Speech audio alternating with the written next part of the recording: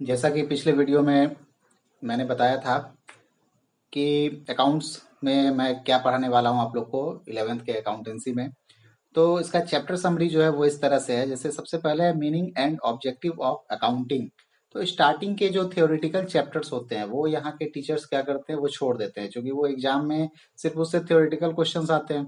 तो वो उतना डीपली नहीं बताते हैं, वो हल्का फुल्का बता करके बस निकल जाते हैं।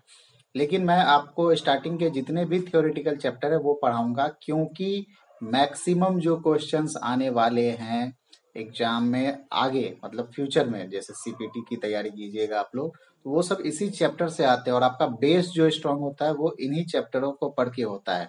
और आप सोच सकते हैं कि अगर इन चैप्टर को हम लोग नहीं पढ़ते तो फिर हमारा बेस स्ट्रांग नहीं हो पाएगा। और यहाँ के टीचर क्या करते हैं, एग्जाम को फोकस करके वो बस आपको जर्नल से स्टार्ट करेंगे, जर्नल लेजर ट्रायल बैलेंस ये सब बताएंगे, वो भी एग्जाम्पल, और जो क्वेश्चंस होंगे वही बताएंगे। डीपली उस चैप्टर के बारे में कोई भी नॉलेज नहीं दिया जाता है। लेकिन अगर आप मुझसे क्लास लेते हैं तो मैं आपको ये थ्योरेटिकल भी पढ़ाऊंगा, पूरा डीपली बताऊंगा, इससे रिलेटेड जितने भी क्वेश्चंस होंगे, जितने भी पॉइंट होंगे, सभी को क्लियर करूंगा। जैसे पहले आता है meaning and objective of accounting. Accounting का क्या ऑब्जेक्टिव है, क्या मीनिंग है, ये पहले मैं बताऊंगा आप लोग को। फिर बेसिक अकाउंटिंग टर्म्स समझाऊंगा कि क्या टर्म एंड कंडीशंस है अकाउंटिंग के, अकाउंटिंग प्रिंसिपल्स क्या है, ये प्रिंसिपल्स क्या होते हैं। ये जैसे कि किसी भगवान ने या किसी पुराण में तो अकाउंटिंग का नियम नहीं लिखा हुआ है।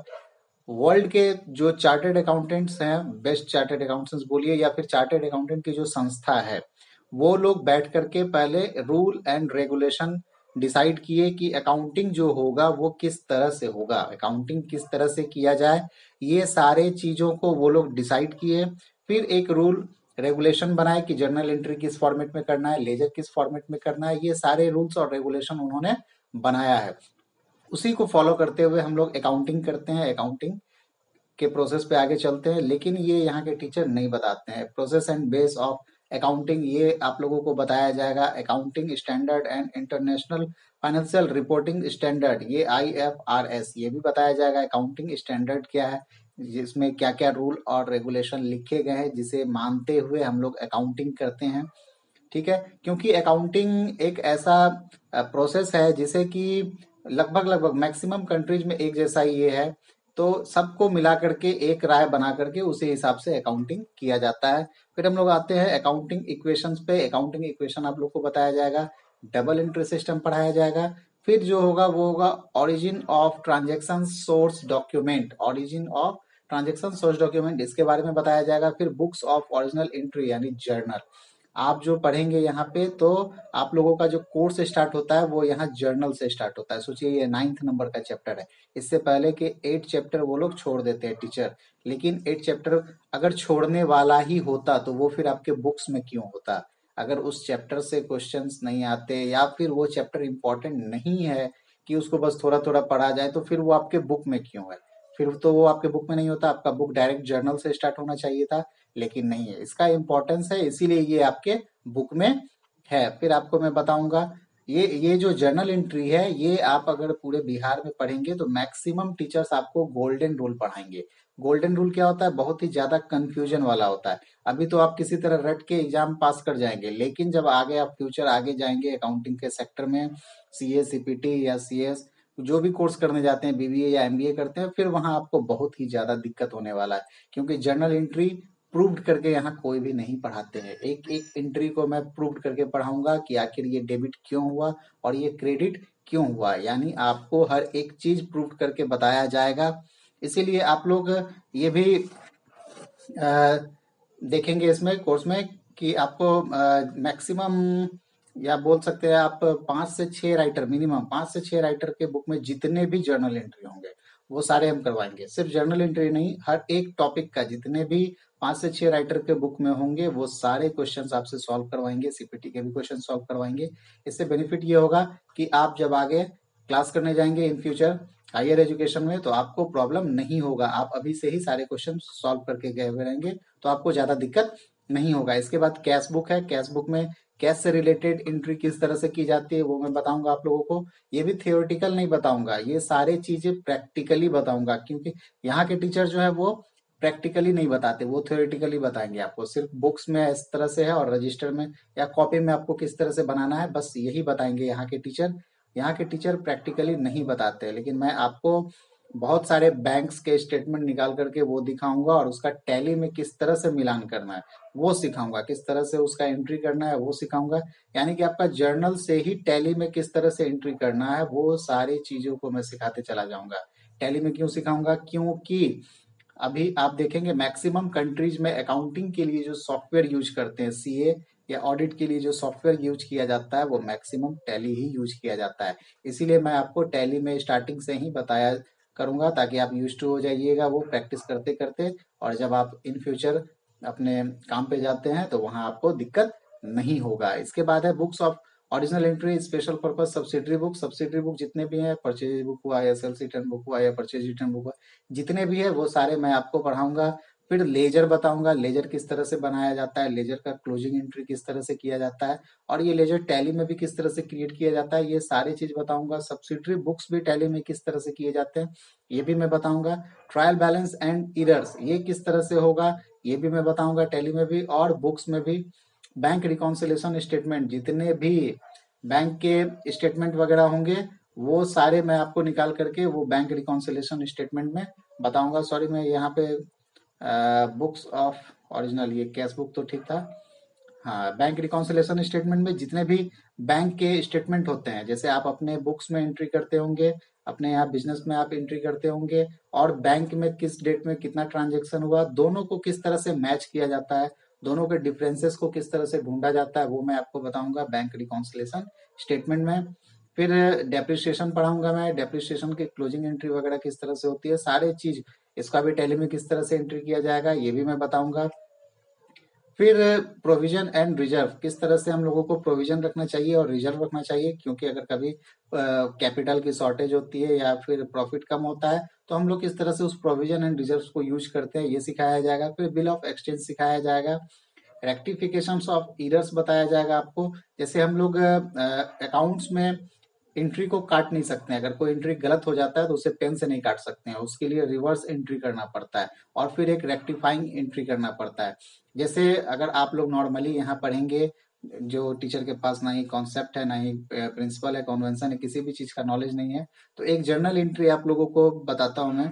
जैसे परचेज पेंसिल ₹3, यानी ₹3 का एक पेंसिल खरीद रहे हैं, तो यहाँ के टीचर वो क्या करवा देंगे entry, pencil account debit to cash account. या फिर परचेज है कैलकुलेटर, तो calculator account debit to cash account, ये एंट्री आप कर देंगे। लेकिन जब आप ऑडिट में जाइएगा तो ये एंट्री बहुत ही ज्यादा गलत है। वहां पे क्या करेंगे, ऑडिटर उस एंट्री को क्रॉस नहीं करेंगे, क्योंकि अकाउंट्स में क्रॉस करने का नियम नहीं है, उसका रिवर्स एंट्री करेंगे। क्या कर देंगे, उसका ठीक उल्टा एंट्री कर देंगे, यानी कि कैश को डेबिट कर देंगे और पेंसिल या कैलकुलेटर को क्रेडिट कर देंगे, और फिर रेक्टिफाइंग एंट्री उसके लिए पास करेंगे। वो क्या करेंगे, तो stationery account debit to cash account. क्यों स्टेशनरी मानते हैं ये मैं आप लोगों को जब पढ़ाऊंगा आगे डीपली, तो उसमें आप लोग को बताया जाएगा अकाउंटिंग प्रिंसिपल, कॉन्सेप्ट, कन्वेंशन में। फिर फाइनेंशियल स्टेटमेंट बताया जाएगा किस तरह से बनता है फाइनल अकाउंट, किस तरह से तैयार किया जाता है विथ एडजस्टमेंट के साथ। जैसे आप यहाँ किन्हीं भी टीचर से पढ़ेंगे तो वो आपको क्या बताएंगे, फाइनल अकाउंट का एक फॉर्मेट बना के दे देंगे कि ये ट्रेडिंग है, ट्रेडिंग के डेबिट साइड में ओपनिंग स्टॉक आएगा, परचेजेज आएगा, और बाय में सेल्स आएगा, क्लोजिंग स्टॉक आएगा, और प्रॉफिट एंड लॉस अकाउंट के डेबिट साइड में सैलरी अकाउंट आ जाएगा, या फिर के ये एक्सपेंसेस जो भी होते हैं वो आ जाएगा। तो आखिर क्यों आएगा, प्रूफ करके वो नहीं बताते हैं। आखिर सैलरी पीएल के डेबिट में ही क्यों जाएगा, क्रेडिट में क्यों नहीं जाएगा। कमीशन डेबिट में ही क्यों जाता है, क्रेडिट में क्यों नहीं जाता। अगर क्रेडिट में कमीशन जाता है तो फिर उसका क्या कंडीशन है, ये यहाँ के टीचर नहीं बताते। वो आपको एक फॉर्मेट बना के दे देते हैं, वो फॉर्मेट अगर आप एग्जाम में भूल गए यानी आपका वो मैथ चला गया। लेकिन मैं आपको कॉन्सेप्ट के साथ बताऊंगा, क्लोजिंग एंट्री करके दिखाऊंगा लेजर का, कि जब सैलरी का लेजर क्लोज किया जाता है तो वो किस तरह से ट्रांसफर किया जाता है, किस अकाउंट में ट्रांसफर किया जाता है, वो सारे चीज मैं करके दिखाऊंगा फाइनेंशियल स्टेटमेंट में। जैसे एक ऑडिटर करते हैं उस तरह से करके दिखाऊंगा क्लोजिंग एंट्री। फिर आप लोग का आता है financial statement of non profit organisation. जितने भी नॉन प्रॉफिट ऑर्गेनाइजेशन है, एक होता है प्रॉफिट वाला ऑर्गेनाइजेशन, एक होता है नॉन प्रॉफिट ऑर्गेनाइजेशन, जैसे स्कूल, कॉलेज, मंदिर, मस्जिद, हॉस्पिटल, या फिर एनजीओ वगैरह, ये सब क्या होते हैं, नॉन प्रॉफिट के ऑर्गेनाइजेशन होते हैं, यानी कि इनका मेन उद्देश्य प्रॉफिट कमाना नहीं होता है, समाज सेवा करना होता है। लेकिन फिर भी प्रॉफिट अगर ये नहीं कमाएंगे तो फिर एक्सपेंस कैसे करेंगे? तो इन लोगों का किस तरह से अकाउंट्स मेंटेन किया जाता है ये भी बताऊंगा। अकाउंट्स फ्रॉम इनकम्प्लीट रिकॉर्ड्स आपके सब्जेक्ट से ये इस साल रिमूव कर दिया गया है, लेकिन फिर भी मैं ये सब पढ़ाऊंगा। एक चीज और आप लोग ध्यान दीजिएगा, अभी हो सकता है मैक्सिमम टीचर रिड्यूस्ड जो सिलेबस है वो पढ़ाएंगे, वो बार बार आपको बोलेंगे कि ये चैप्टर हट चुका है, एग्जाम में ये आने वाला नहीं है, तो आप ये मत पढ़िए। लेकिन मेरा ये कहना है कि ये इस बार के एग्जाम में नहीं आने वाला है, लेकिन इन फ्यूचर इसका यूज तो मुझे होगा ही, यूज तो करना ही करना है, चाहे आप सीपीटी कीजिए, सीए कीजिए, कोई भी क्लास की आप तैयारी आगे, तो आपको इन सब का जरूरत पड़ने वाला है। वहां ये नहीं लिखा हुआ होगा कि लॉकडाउन में आपने ये नहीं पढ़ा था इसलिए ये आगे नहीं पूछेंगे। अब हम लोग कंप्यूटर के सिलेबस को जानते हैं, तो कंप्यूटर में सबसे पहले आता है इंट्रोडक्शन टू कंप्यूटर। अभी का जो अकाउंटिंग का जो जमाना चल रहा है, इसमें मैक्सिमम लोग अब कंप्यूटर पे ही अकाउंटिंग करवाते हैं, कंप्यूटराइज्ड अकाउंटिंग करवाते हैं, बिलिंग का काम हो या फिर पार्टी वाइज मेंटेन करने का काम हो, जो भी काम हो वो कंप्यूटराइज्ड ही करवा रहे हैं। इसलिए करके कंप्यूटर का इंपॉर्टेंस अब अकाउंटिंग सेक्टर में बहुत ज्यादा बढ़ गया है, इसलिए आपको कंप्यूटर भी सीखना बहुत ज्यादा जरूरी है। तो सबसे पहले इंट्रोडक्शन टू कंप्यूटर।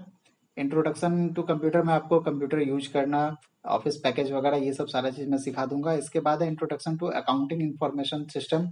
अकाउंटिंग किस तरह से मैनेज किया जाएगा, अकाउंटिंग किस तरह से मेंटेन किया जाएगा कंप्यूटर में, ये बताया जाएगा। इसके बाद है computerised accounting system. Computerised accounting system किस तरह से किया जाएगा ये मैं आप लोगों को सिखाऊंगा।